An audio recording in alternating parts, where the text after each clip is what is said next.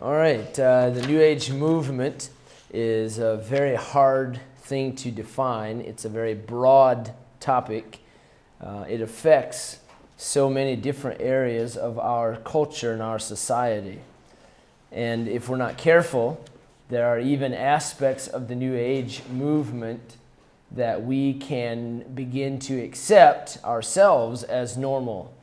And so it's such a broad topic, it's hard to define, it's hard to center down and say, well, this is what it is. So I'll start by mentioning Genesis chapter 3, verse 5. Genesis 3:5. This is the temptation of the devil to Eve. And the devil said, "For God doth know that in the day ye eat thereof, then your eyes shall be opened, and ye shall be as gods, knowing good and evil."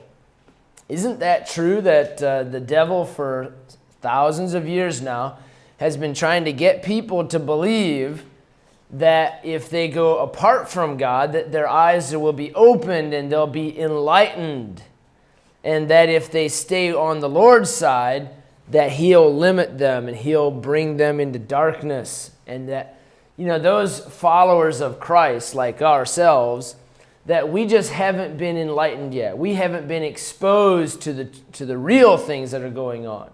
So we're living in darkness, and they're living in light. And the opposite is very true.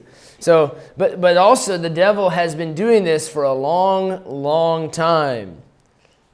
Okay? He convinced Eve that it would be advantageous for her and Adam to go against God, and that would enlighten them. And so on and on throughout the Bible history, and on through since the Bible was finished for the last 2,000 years, the devil has constantly been using things to get people to leave the Lord and to think that that'll give them truth and light. Look at the billions of people around the world, several billion people around the world, who are in Hinduism and Buddhism alone, those two main religions, cults. And just those two are very much into, a lot of meditation, and that produces understanding, enlightenment, and transcendence into a new world, and all of these things. You'll be as a God, knowing good and evil, if you do these things. So this, in different methods, different forms, this lie of the devil has been a constant for thousands of years. And the New Age movement, it's very much into this idea of becoming as a God. Of course, I always think of the Mormons, becoming your own God. Well, that's the same idea there.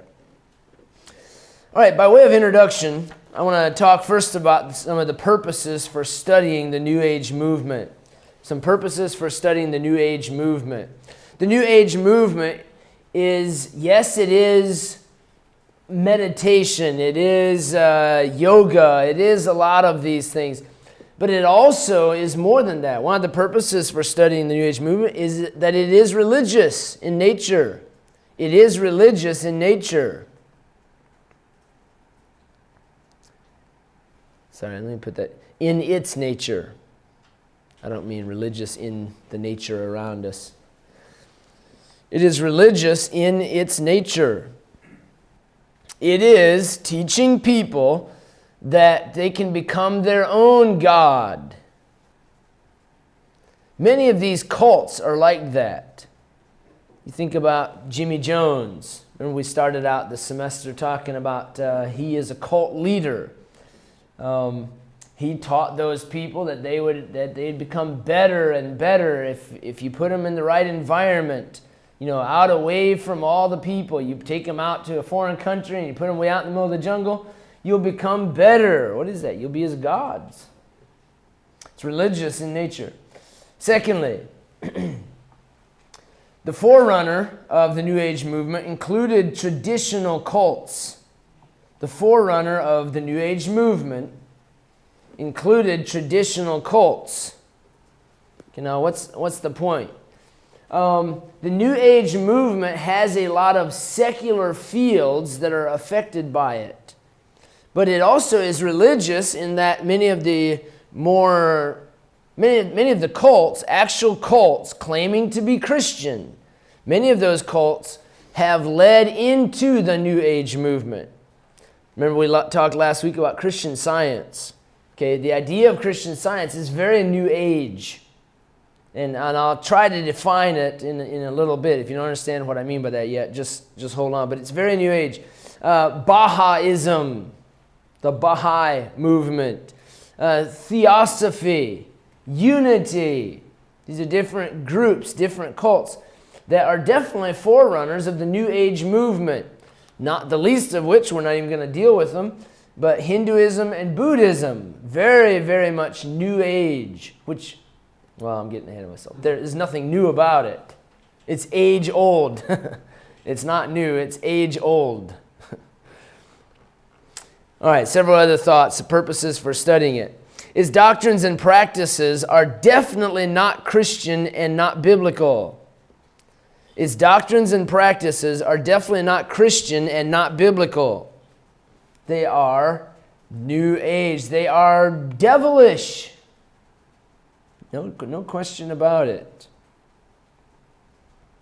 And then lastly, another reason why I think it's very important to study the New Age movement is that many liberal so-called Christian groups embrace New Age beliefs and practices. Many so-called Christian groups embrace New Age beliefs and practices. Now we'll deal with these beliefs and practices, but let's just take, for example, a lot of Protestant and Catholic churches, denominations, they have no problem with the vast majority of the New Age movement and the practices that are involved in it. They have no problem with those. And we should, and we'll talk about what those are, but we should have a problem with these things. When the world accepts the idea of going into another state in your mind, and that's not biblical. The Bible talks a lot about that. It actually says not to be double-minded. That's not biblical. And so we have biblical principles that we follow that teach very clearly against the New Age movement, different aspects of it.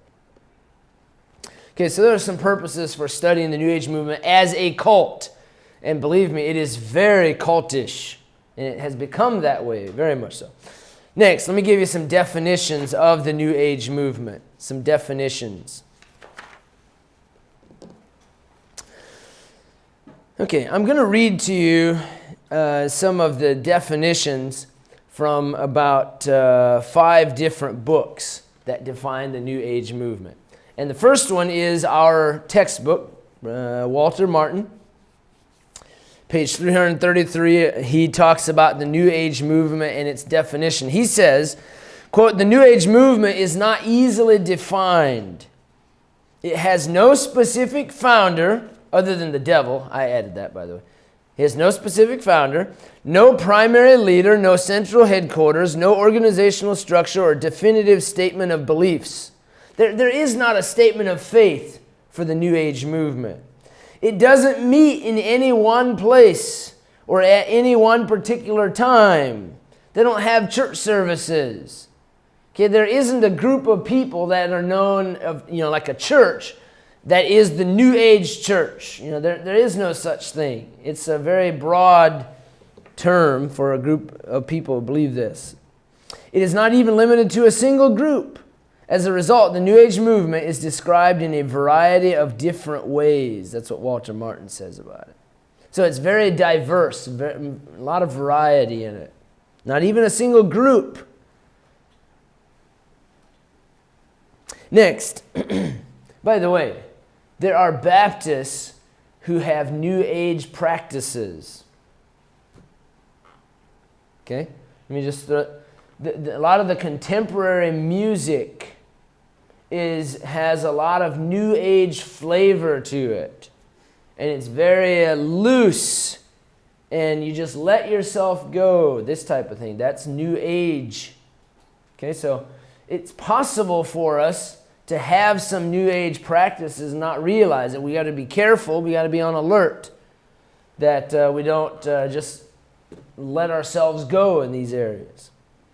A Concise Dictionary of Cults and Religions, another book, page 162, talks about the New Age movement, says it's not a cult. Oops, then why are we studying it, right? It's not a cult, but a system of thought that is rooted in Eastern occult mysticism and pantheistic monism. I'll talk about that in a little bit. So this book says it's not really a cult, it's a system of thought rooted in Eastern mysticism and pantheistic monism. What's pantheism again? God is in everything. Oh, there you go. The Hindus. Okay, and a lot of other groups. God is in everything.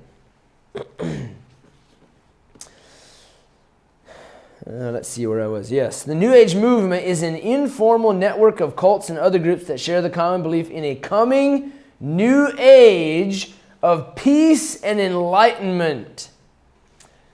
Let me just say here, those who are actively looking for world peace without the return of Christ are New Age. Okay, they're looking for a new age of peace and enlightenment. It's not going to happen. There is no such thing without Christ. Before that can happen in the new Jerusalem, this old world and everything in it's going to be burnt up. I mean, there is no coming age of peace. Well, I guess the millennium, until Christ returns and sets it up.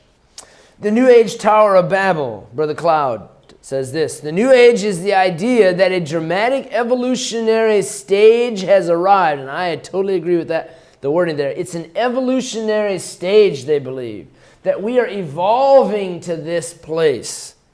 We're getting better and better. That's what evolution teaches us. We're getting better and better. We're realizing that we can transcend this world. Remember last week we talked about this Christian Science stuff.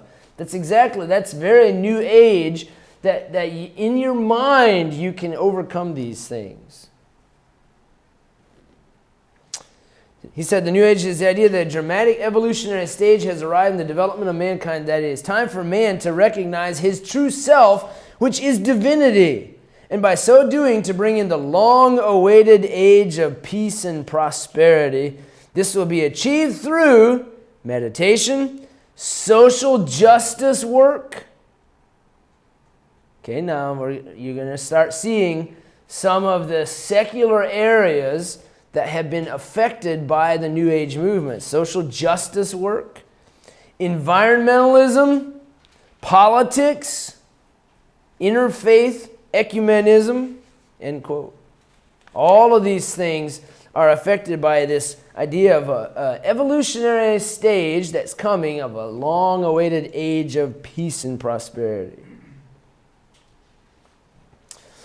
The New Age movement is a title that refers to a worldview or philosophy. As opposed to one organization and a critique of their beliefs, this is a set of beliefs common among hundreds of branches of religions on the rise in Western popularity.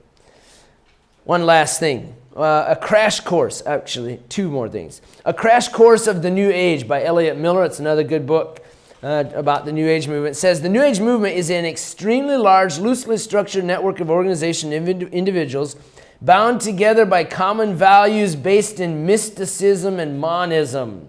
Monism is the idea that the whole world is one, which Christian Science fits that. Everything's the mind. Okay, there is no mass. There's no individuals. Everything is one. And a common vision that the coming new age, or of a coming new age of peace and mass enlightenment. You ever hear of? Sorry, the old. What do they call that? The symbols for your. Sorry. Yeah, okay, what's the big thing?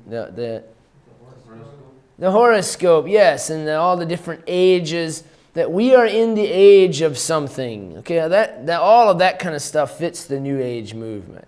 Very much so, which again is not new. There's nothing new about it. It's old as can be.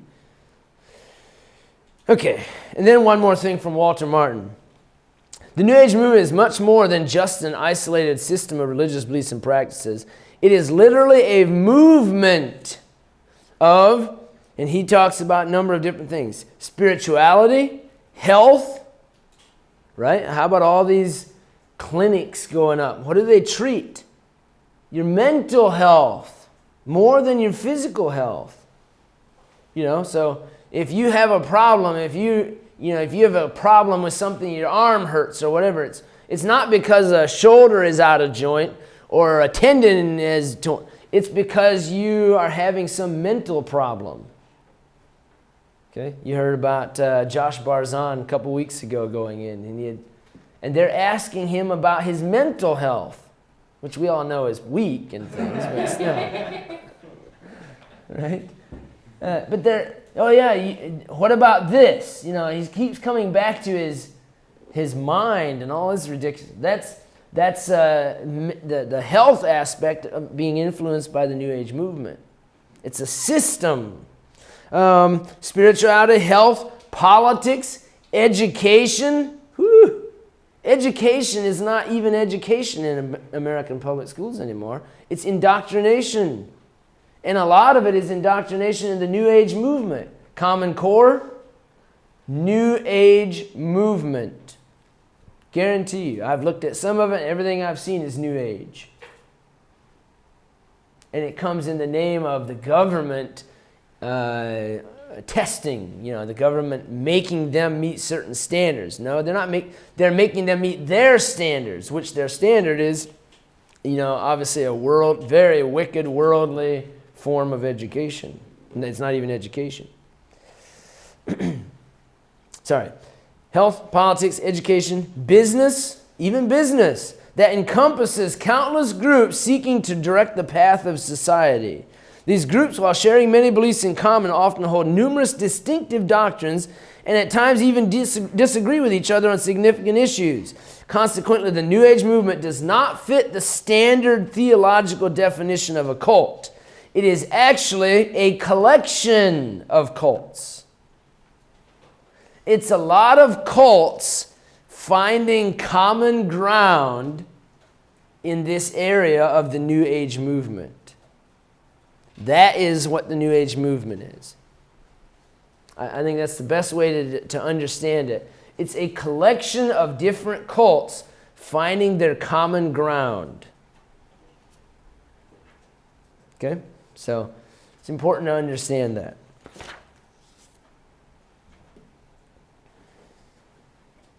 Okay, so having said that, they find common ground among themselves. They find what they can have in common. So let's talk about what they have in common. So that's my next main point about the New Age movement is their basic doctrines. These are things that they agree on. And then all these other things are not as, that they would disagree on. So the Christian Science group can differ from the Baha'i faith on numerous, pretty major issues. But these other things they can definitely come to agreement on. By the way, when you say ecumenicalism or ecumenism, that doesn't just mean that one group says, I'm going to drop how important I think this issue is. I'm just going to drop it and let it go. Now, that does happen in ecumenicalism. But more often, it's not that they disagree and they say, we're going to drop our standard. We're going to stop talking about our disagreement. What it is they actually have agreements. They actually have agreements. For our church, let's say that, we're going to start associating with the Catholics here in town, St. Pat's. So we would say, man, we're going to have to drop what we talk about. We're going to have to stop doing this. Well, that to us is ecumenicalism.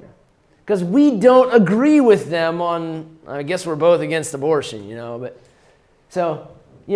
that's not really, I know it's a very important issue, don't get me wrong, but it's not a theological issue necessarily, not in my opinion. It's very obvious that it's murder anyway, so So, but if we're going to agree with them, if we're going to work together, it'd be very hard. But these other groups that are ecumenical, it's not hard. They actually agree on lots of things. A lot of the issues, that they can easily agree. So it's not hard for them to join together and become one large group under the umbrella of the New Age movement. That's the point. So let's talk about some of their common ground that they have. First, I know this sounds strong, but there's a common occultism. Occult. What is that?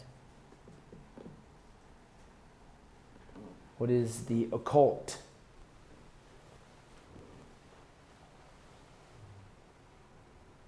Yes, Rick? Like Satan worship or devil worship. Okay, actual worship of Satan, or at least of the devils, and recognizing the spirits and so on like that. And not as evil spirits, but just as spirits. There's all these spirits. Anybody think the entertainment industry is affected by the occult? There's no question. How about, I say entertainment, that's very broad. How about the movies that are made in Hollywood and so on? You think those are affected by the occult? Absolutely. Even down to the cartoons. There you go. I never watched them much as kids. Cartoons, very occultish. How about other forms of entertainment like video games? Right, everybody, all these kids playing. That's common. When I was growing up, it was already common. I mean, it is second nature in these days. My sister was babysitting for a while for a family who was not saved, and they had two young children, probably both under 10, I would guess. Probably 7 and 10 or 8 and 10 or something like that, is my guess. And they had all these they were wealthy, and they had all of these video games that were very occultic. And they had games, they had Ouija boards. Literally, devilish games. They had all kinds of video. They watched this stuff all the time. This is what they lived on. And real soon after my sister started babysitting them, they started talking to her when the parents were gone. They started telling my sister that they commonly, every night, they heard all kinds of things going on in the house. And their electric piano under the bed would start to play all by itself. And on and on and on. And we talked to her. I believe him. Absolutely believe him. Okay? They heard people going around the house and slamming doors and all kinds of stuff. And things moving around. These are kids. Well, it scared my sister half to death, It scared me half to death. What is that? What is that? It's occultic. What is that? It's opened up. It's opened up in their home through entertainment that is very occultic. Time magazine, a long time ago, 1987, December 7th issue said that the New Age movement, here's how they defined it in 1987. It's a combination of spirituality and superstition, fad and farce, which means fake, about which the only thing certain is that it is not new. There's nothing certain about the New Age movement. Everything is out there. Everything is open, loose-ended, which is all this Common Core, all this, what's the other education? Where 2 plus 2 doesn't equal 4. It equals what you want it to equal. By the way, all this, we were dealing earlier with this, all of the bathroom bills. You are whatever you think you are. See, there is no absolute. When you hear that talk about there not being absolutes, that's New Age. But Time Magazine even said the only thing that is certain in the New Age movement is that it's not new. They recognize that. 1987. Walter Martin says, every technique which New Agers use to gain spiritual truth, can be traced either directly or indirectly back to the pagan mystery religions of Egypt, Babylon, and other cultures. Okay, so there's nothing new about it. It's always been occultic. It's always been devilish. That's common. It's accepted. Anybody who's involved in the New Age movement in any kind of heavyweight, they know that to be the case. They have different names for it, but they know that. They know that there's spirits and demons involved. Okay, that's not a surprise. I had a bus mom just a lady off our bus just last Saturday. You weren't there, just last Saturday, telling us how she is schizophrenic and she has different phases that she's gone through in her life where she was, and there was one thing that she did, that she only did it because she was schizophrenic. In other words, multiple personality. She used the, I'd have to ask the other guy who's with me, schizo something, she used the word. So as soon as we left there, we looked it up. And it means multiple personality. What is that? It's demons. Everybody knows that, everybody, they call it by different names, but it is demonic. It's occultic. Occult, the word means hidden or secret. Hidden or secret. So, that word itself shows you that much of the New Age, that obviously is the case, that much of the New Age teaching is hidden or secret. There's secret methods, there's secret technique. Sorry? Witchcraft, absolutely. Things like that. Very secret. And spells and curses and so on. It's occultic. These satanically energized methods of obtaining otherwise unobtainable knowledge is the very heart and soul of the New Age movement because they are the primary means through which New Age teachings are proclaimed. That's what Martin says. Satanically energized methods, secrets, are the very heart and soul of the New Age movement. See, that's the whole point. That's what the devil told Eve. Right now, you'll have your eyes opened and you'll come into this new world of understanding through disobedience. Simple disobedience, making it look all special. So, occultism, that's one of the common doctrines among the cults that are involved in the New Age movement. Secondly, another common thing is that they deny, and this is more obvious, they deny the authenticity of the Bible. Any leader of the New Age movement, anybody, and by the way, now we have so many totally secular leaders claiming to be religious even, and they're nothing religious. But anyway, the leaders of the New Age movement consider the Bible to be very narrow-minded. It's lacking in the metaphysical, the extra-physical, outside the physical aspects of mankind. I believe I'm interpreting that the right way. They deny any literal interpretation of the Bible because... The denial of any literal interpretation of the Bible is the key that unlocks the door to the New Age. So you have to deny the authenticity of the Bible. Obviously, that's the case. They don't accept the Bible as truth. Several other things. Monism. M-O-N-I-S-M. Monism. Everything is one. Okay? This part of the word monism. Mono means one. Monotheism. One God. Monism. Everything is one. Everything is wrapped up in one. So when these cults, like we looked at last week, talk about everything is the mind. Well, that's a problem. Okay? Everything is nature. Nature is all part of the big, You know, that's all. Everything is one. Oxford English Dictionary defines monism this way: a theory or doctrine that denies the existence of a distinction between such things as matter and mind. It's the belief that all is one. It redefines God. God is not a person. He's an impersonal force that is everywhere, that's in everything. All existence is affected by this force. That must be God. Try to wrap your mind around this.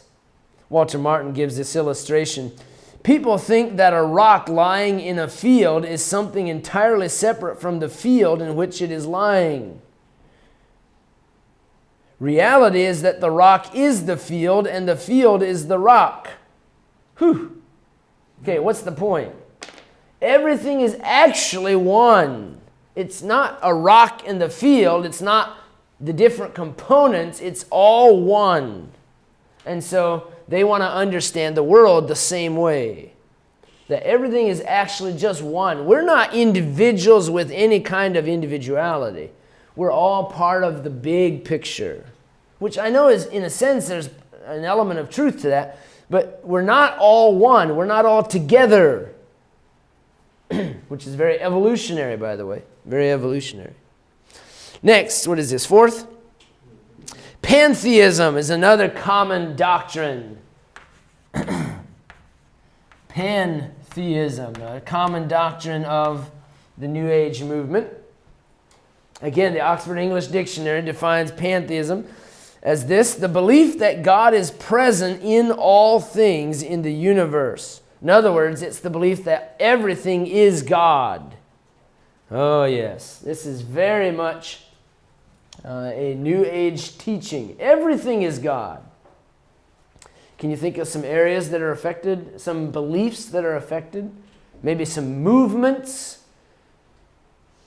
modern movements that are affected by the belief that everything is God?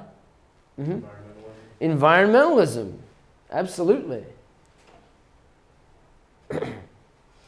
The whole I keep coming back because it's in my head, but the whole transgender movement. There is no distinction. Everything is part of the big family, you know. Everything is God. God is in everything. Everything is God. The environmentalism he mentions, of course, has to do with animals. You know, those poor animals. And they get these people who like pets to buy into their story. You know, I mean, I understand. We had a family on our route that had a dog die recently. And so the kid comes running up and tells me, you know, the dog is in dog heaven. You know, I mean, I understand they want to believe that. You know, and the parents probably told the kid to make him feel better. But I'm sure there are many people who actually believe that. Okay, that's how shallow and how baseless their teaching is. Here's what one pantheistic teacher said, Benjamin Creme. He said, in a sense, there is no such thing as God. God does not exist. And another sense, there is nothing else but God. Only God exists. This microphone is God. The table is God. All is God. And because all is God, there is no God. God is everything that you have ever known or could ever know, and everything beyond your level of knowing. Sounds like a confused man to me. All right, so pantheism recognizes no difference in physical boundaries. It's all part of the God of this world. It's all part of God. It's a nature. Oh, confusion. The Bible's a whole lot easier than that. All right, here's another common ground for the New Age movement, and that is the deity or the divinity of mankind. Mankind has divinity in him. The divinity of mankind. All men are God. Oops. Genesis chapter 3 verse 5 seems to fit that verse. Ye shall be as gods. The devil, well, put it back this way. Eve wanted to do her will instead of God's will, and the devil cloaked it by saying, see, if you do what you want, then you'll become somebody. You'll be in charge of your own destiny and of your own life.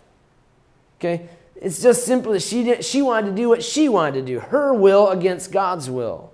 And the devil makes it sound like this great, glorious thing that you get to do by being on your own. It's just not the case. All right, let me give you some thoughts about this.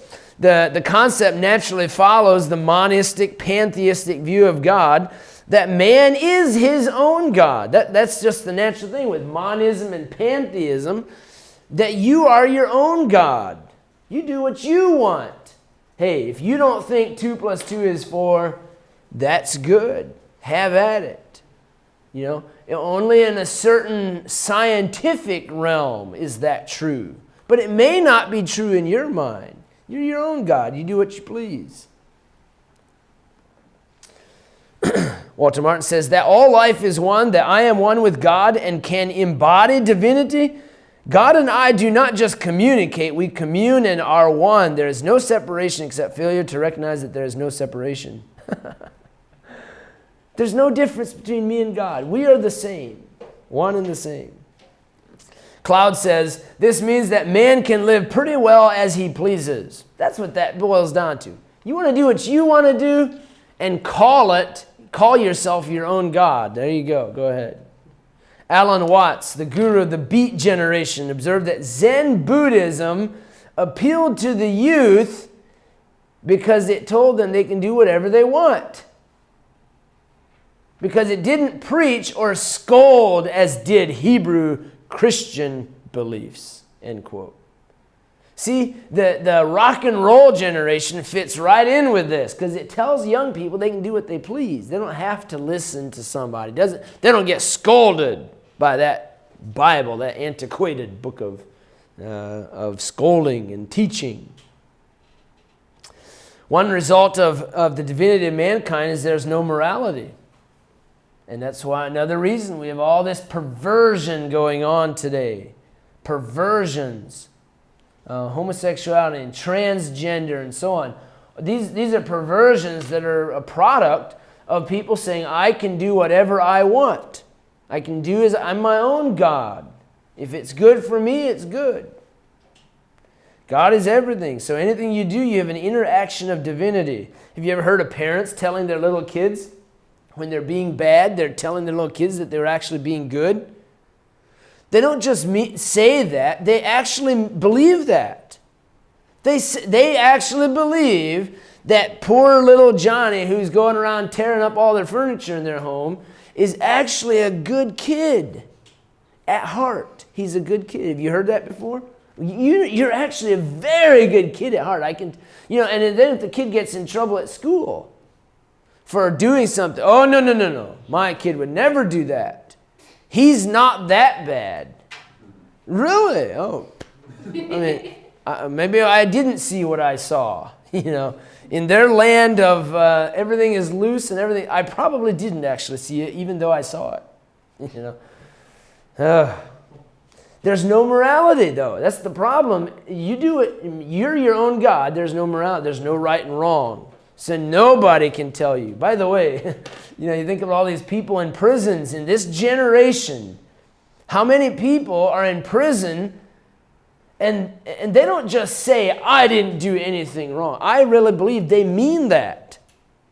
Because in their mind, what they did wasn't wrong.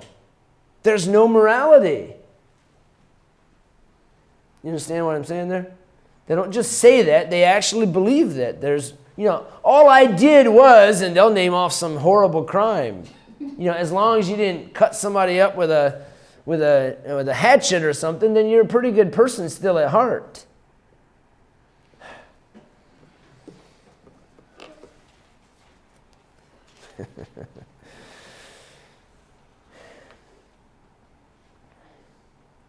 All right. One last thing as far as, a couple more things. Long ones, actually. When I finish this, next week we'll deal with the secular fields that are affected by the New Age movement. And I've got a whole list of things. Okay, let me next then move on to Enlightenment as another common ground. Enlightenment.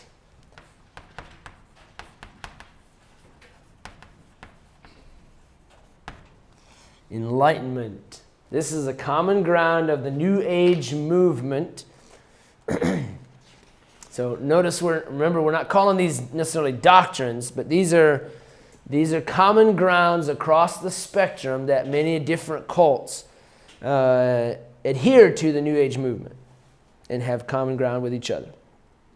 All right, in relating to the New Age movement, let me just describe what the Enlightenment means. You know, if I say somebody was enlightened, you would say, oh, that's when I didn't understand something and I figured it out. You became enlightened. Or, you know, you're sitting there taking a test in class and you can't remember what the answer was, and all of a sudden this little light goes on in your head and you remember. That's not what the enlightenment here is.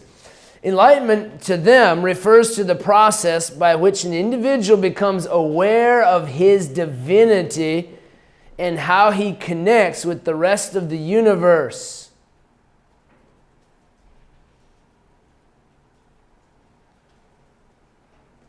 Okay, so you're becoming aware of your divinity and your connection to the rest of the universe.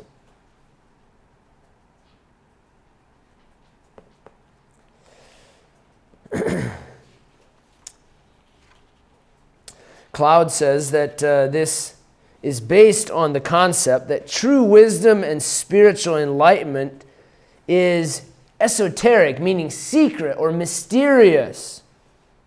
So it's found in secret places. If you can connect to ancient mysteries and ancient religion, that you can then tap into mystical sources. Okay, that's what Mary Baker Eddy wanted to do for health. Okay, that's and across you go on down the list, and all these different fields that are affected by the New Age movement. They're all tapping into ancient mysteries. Ridiculous. Enlightenment is realizing that you're God, realizing that you're divinity. Okay, so again, what is this? It's all a huge cloak. Makes it all look beautiful. It boils down to you want to be God and you can't be God. Sorry. Doesn't matter what you do. Okay, I'm going to give you a list, and I have a handout that I will give you. I say I have a handout.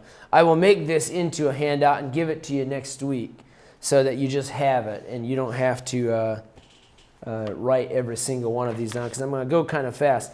I want to just touch on a bunch of methods of enlightenment that are used in the New Age movement. And once I get started with this, I think you'll start to say, oh, yeah, something else. This is also a method of enlightenment. Things that help you connect.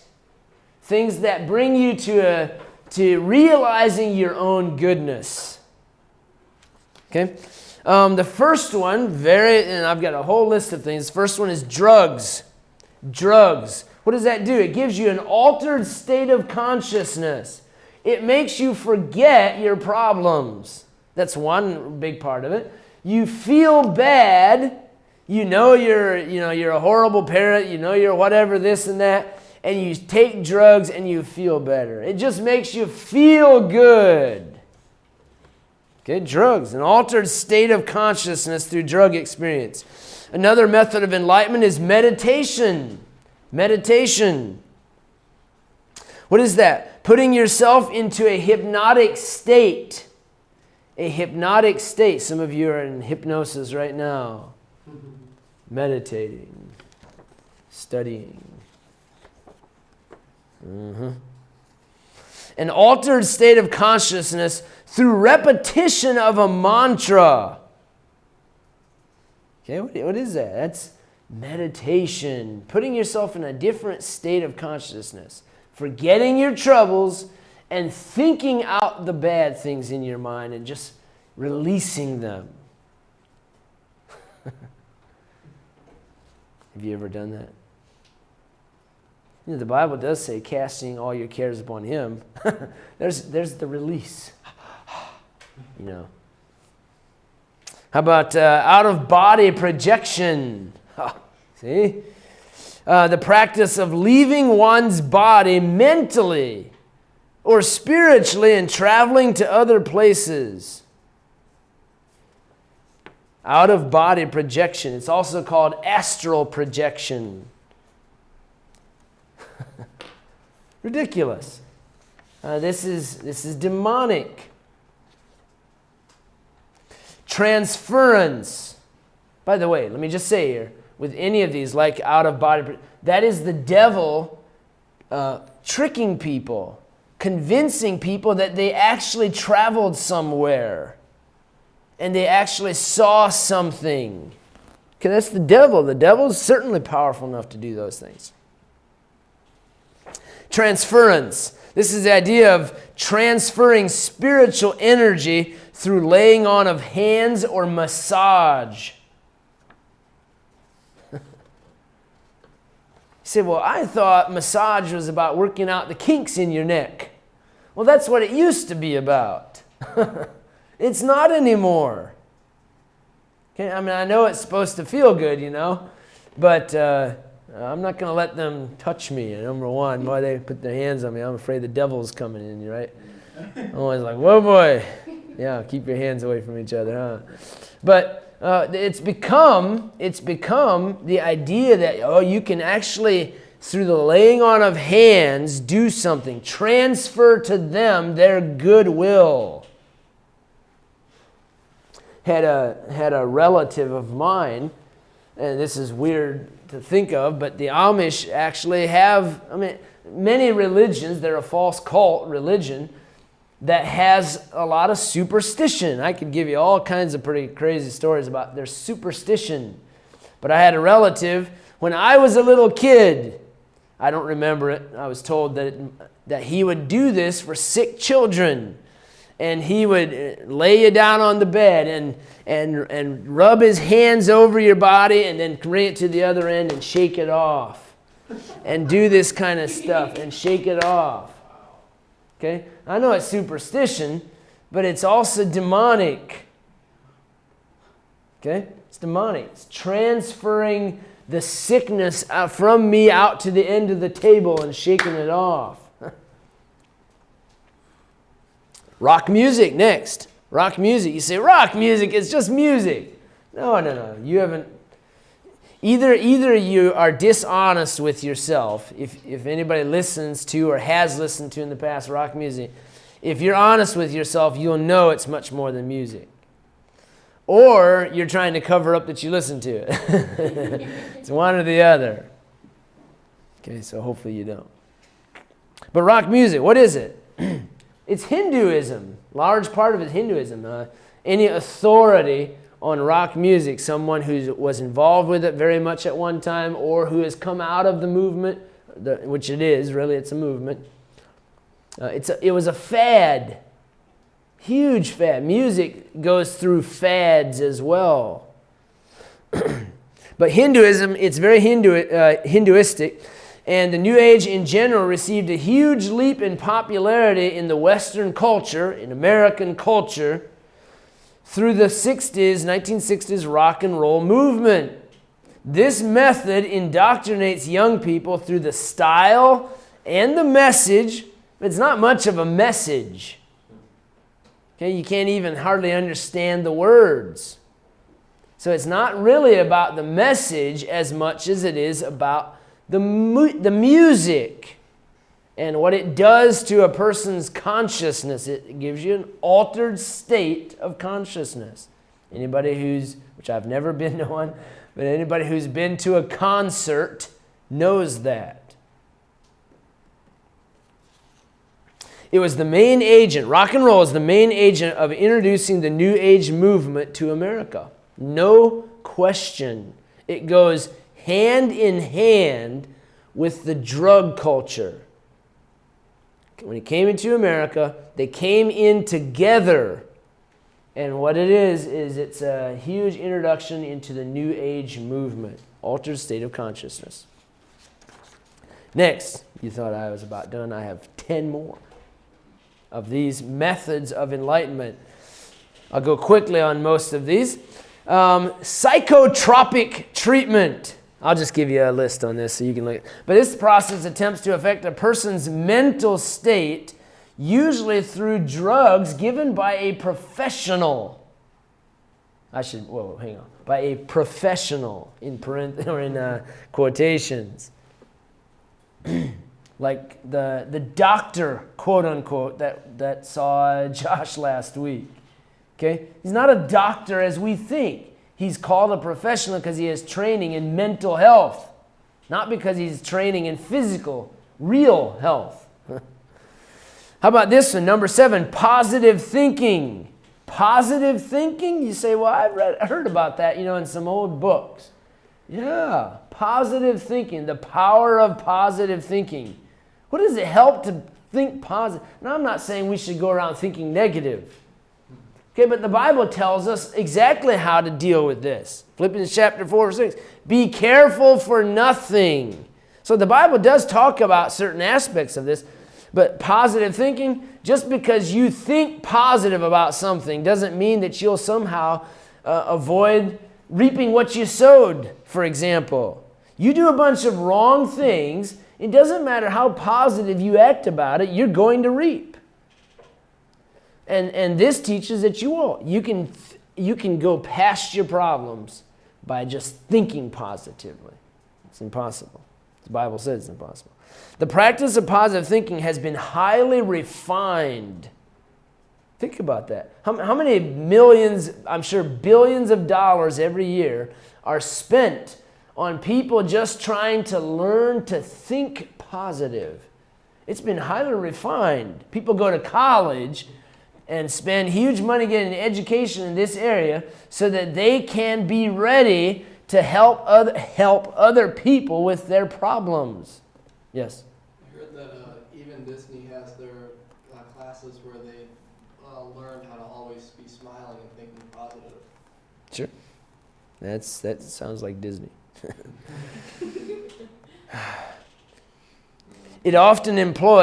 Positive thinking often employs the creation of special mental characters in which the New Age practitioner performs his thinking magic. He is taught to imagine the desired thing in great detail and hold on to it until it becomes reality. I'm working on it. Oh, you're still here. I'm kidding. All right, some more. Visualization. This is a synonym kind of for positive thinking, but it can go beyond that. It involves imagining conversations with the dead. Okay? Positive confession. The practice of confessing with the mouth the things that you want to create in life. Talk about what you want, and it'll become reality. Not for me, it doesn't. No, I'm kidding. I'm fine. The idea is that words have the power to change reality. How about guided imagery? In this practice, a guide helps the individual use fantasy to create various situations. During an education workshop in California, children were taught to imagine bringing the sun down into their bodies and then using this power to fill themselves with perfect knowledge. Okay, that's what we're talking about. Guided imagery, being taught, supposedly guided how to do this. Regression therapy, the practice of dredging up supposed events from past lives in order to understand, heal, and empower the present. Channeling, another one, communicating with spirits. Channeling yourself. Talking to spirits and getting them to help you with things. Hypnosis, a trance-like state induced by such things as chanting, progressive relaxation, yoga. guided imagery, music, lights. What do you think of? Lights. What does the lighting do for you? Sorry? Makes you tired. Makes you tired. It sets the mood, right? So when you think of New Age lighting, you think of just these broad band of colors, just diversity. Okay, nothing definite, nothing black and white. You know, everything is just very blah. Everything is very bland. And so it's supposed to give your mind the freedom to roam. Hypnosis. Anchoring. Here's another method of enlightenment. This practice involves anchoring yourself in a past positive experience. I'm holding on. I'm holding on to this past positive experience to recreate it for myself. People actually believe. Now you think I'm crazy. I can tell some of you are like, nah, nobody actually believes that. They do.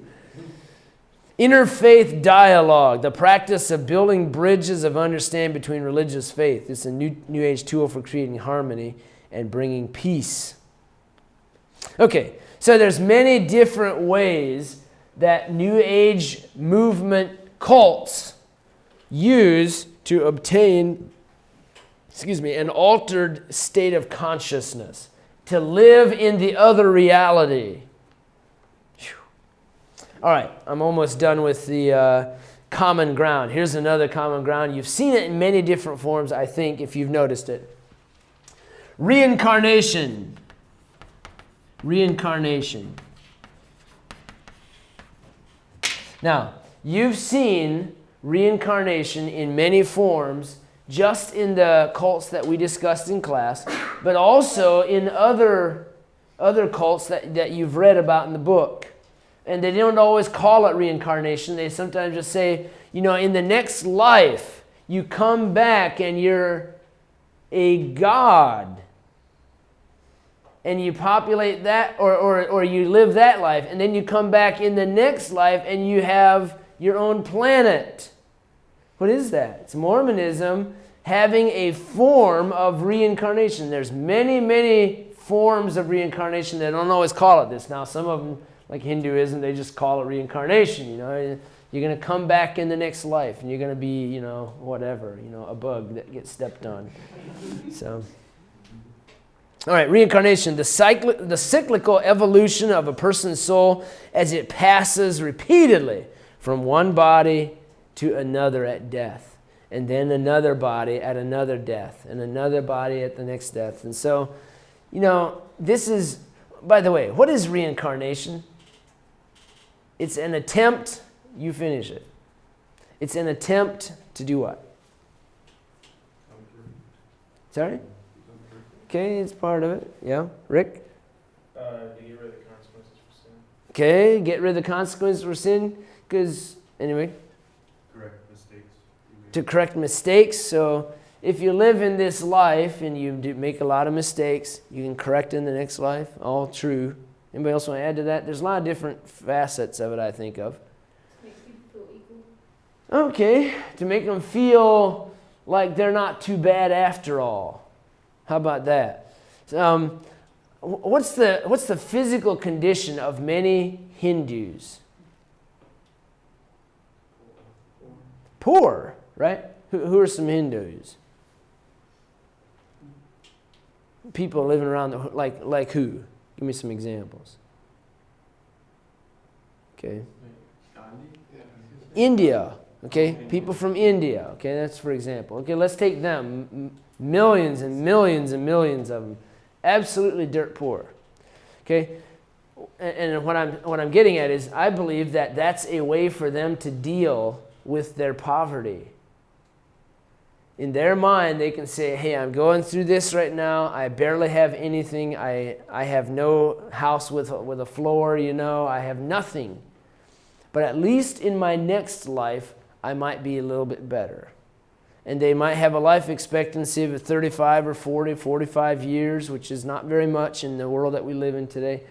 And that doesn't, they can deal with their problems by saying in the next life, it'll be better soon, it'll be better someday. And of course, the sad truth is that there is no next life. It's eternal death. Exactly the opposite. All right, another aspect of reincarnation, underneath reincarnation, another aspect of it is karma. Karma, what's karma? You've read about this numerous times, some form of it at least. Good karma and there's bad karma, right? And I can tell some of you have very bad karma. No, I'm kidding. So, what is karma? Yes? You get what you deserve. Kind of. Yes, kind of. Yep. So if you do a lot of good things, the chances are that you're going to have some good karma coming back to you. Okay, so that's very related to that. The way they describe it, by definition, it's the debt accumulated against a soul. So if you do good things, you're owed. You have debt. Or they owe you, you know. The world owes you. Nature owes you. I don't know who owes you, but I'm sure it's probably nature. You are owed good karma. You have good coming to you. But if you do bad, you have bad things coming to you. Sounds familiar, right? Galatians chapter 6, verse 9. You reap what you sow. Okay, we got it. According to most Eastern thought, many lives are required to reach oneness with the One. Salvation is not anything to do with Christ to them. Salvation is a multi-lifetime process of progress or digression. If you accumulate good karma, positive benefits accrue in later lives. If you have bad karma, you produce future punishments.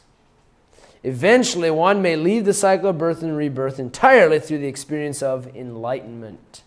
Enlightenment to the New Age, or ultimately, is coming out at the end of all of your process of struggles, coming out on top. I'm glad I have the Bible. All right, lastly, I'll wrap it up with this. Universalism. This is the last common ground of the New Age movement. Universalism refers to the belief that all religions are essentially one main body of religion.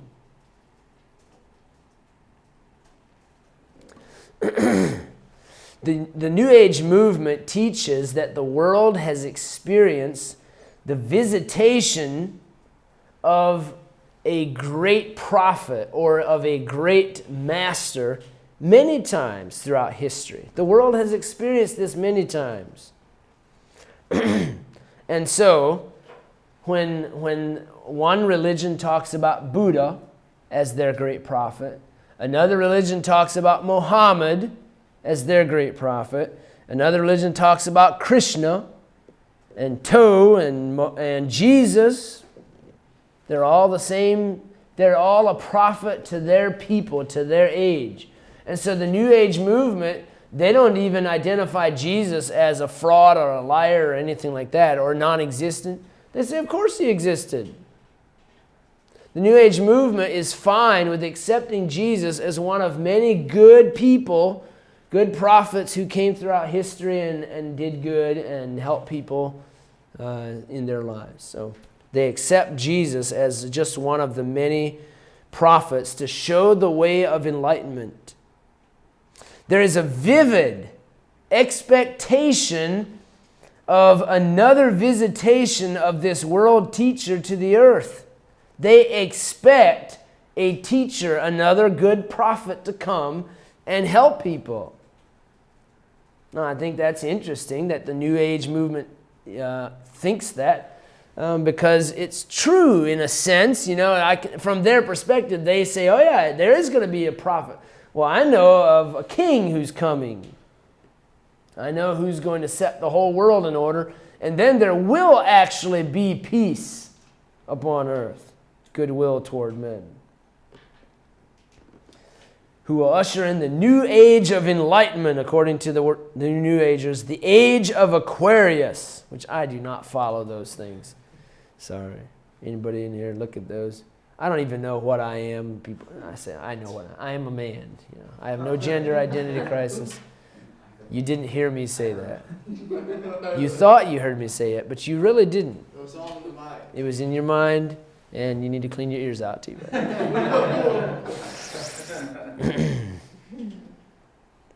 All religions are merged into a universal brotherhood. There's not separation of religion. We're all the same. There's no male and female. We're all the same. Universal brotherhood. Universalism. Are you a part of the universal? See, I'm keep wanting to jump ahead. The whole climate change movement is New Age. And it's a way of moving money around in the world. Getting money from the rich to the poor. Okay, that's a big thing as well. But it's New Age. You're a carbon footprint. Do you know what your carbon footprint is? And we laugh about this, and it's absolutely off the charts ridiculous to me. But the UN is wanting, and different groups and organizations, and even some liberals have thrown the idea around, that if you deny climate change, that they're wanting to bring lawsuits against people who deny climate change, because you are hurting our universe. You are hurting the universal footprint that we have. So, if one person is hurting the rest of us, then you need to be in trouble. See what I mean? Universalism. All of this stuff is a byproduct, or a product, really, of the New Age movement. And of course, it is setting the stage for the Antichrist, who is the leader of the New Age movement, the devil. Okay. All right, we will look at the plans of the New Age movement. I've got several thoughts there. And then we'll look at the New Age movement in secular fields, such as psychology, science, evolution, New Age. There's nothing definite. Nobody knows where we came from in evolution, do they? There's nothing definite there. Medicine and nutrition. Okay, the New Age movement in politics. You think this world peace stuff? That's all New Age. What about, and the environmentalism, the climate change movement? All that's politics too. Education, entertainment, business. We're going to see the effects of the New Age movement in each of these secular, if you will, secular fields. All right, we will stop there.